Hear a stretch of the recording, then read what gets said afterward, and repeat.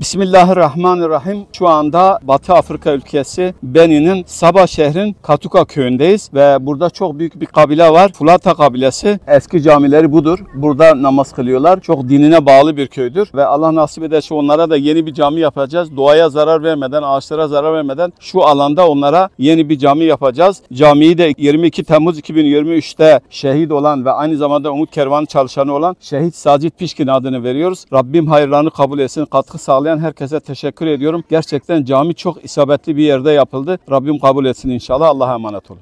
Ya Allah. Allahu Ekber.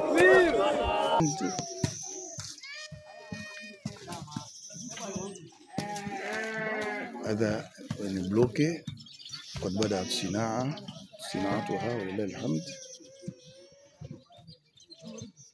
ونحن في قرية كتاكو.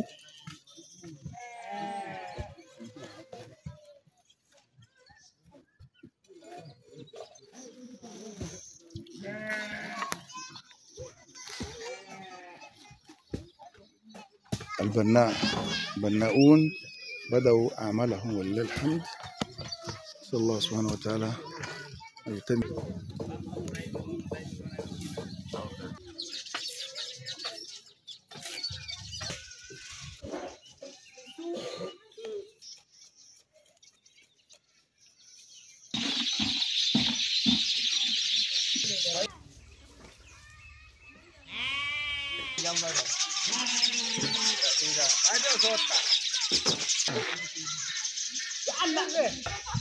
وهذا مدخل النساء.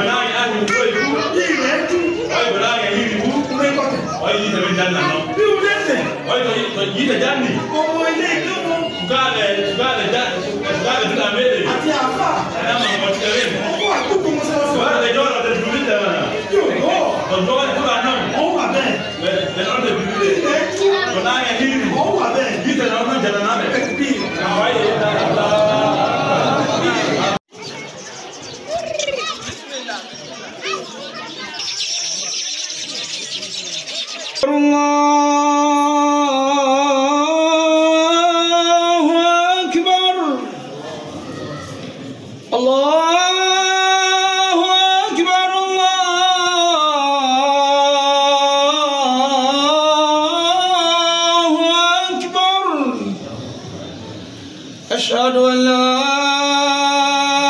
إله إلا الله. أشهد أن لا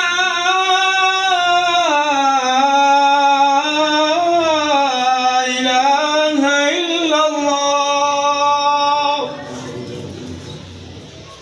أشهد أن محمدا رسول الله.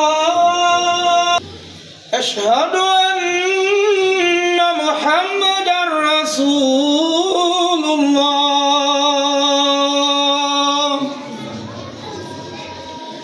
حي على الصلاة.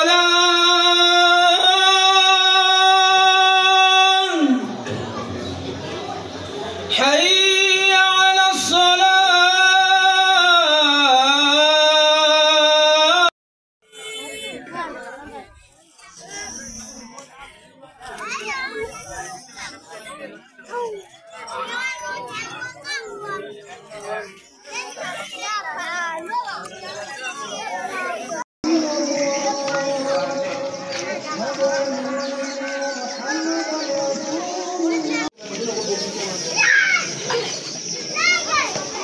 Kẹ́nu. Ìyàwó Fàmí. Ìyàwó Jim.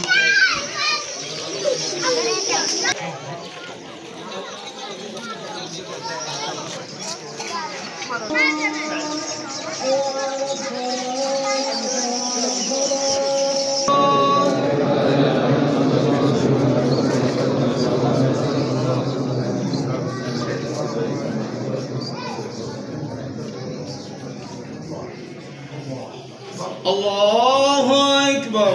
الله أكبر.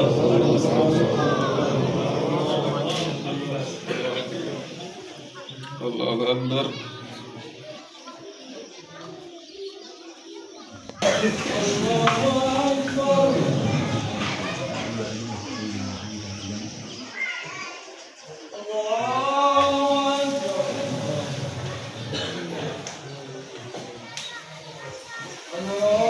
تقبل منهم يا الله، يسر لهم امورهم يا الله، وفقهم لما تحب وترضاه يا الله يا ذا الجلال والاكرام. اللهم صل على محمد وعلى ال محمد كما صليت على ابراهيم وعلى ال ابراهيم في العالمين انك حميد مجيد. سبحان ربك رب العزه عما يصفون. تشكر الله Umut Karavani. Tashakurullah Umut Karavani. Tashakurullah Umut Karavani. Assalamu alaikum.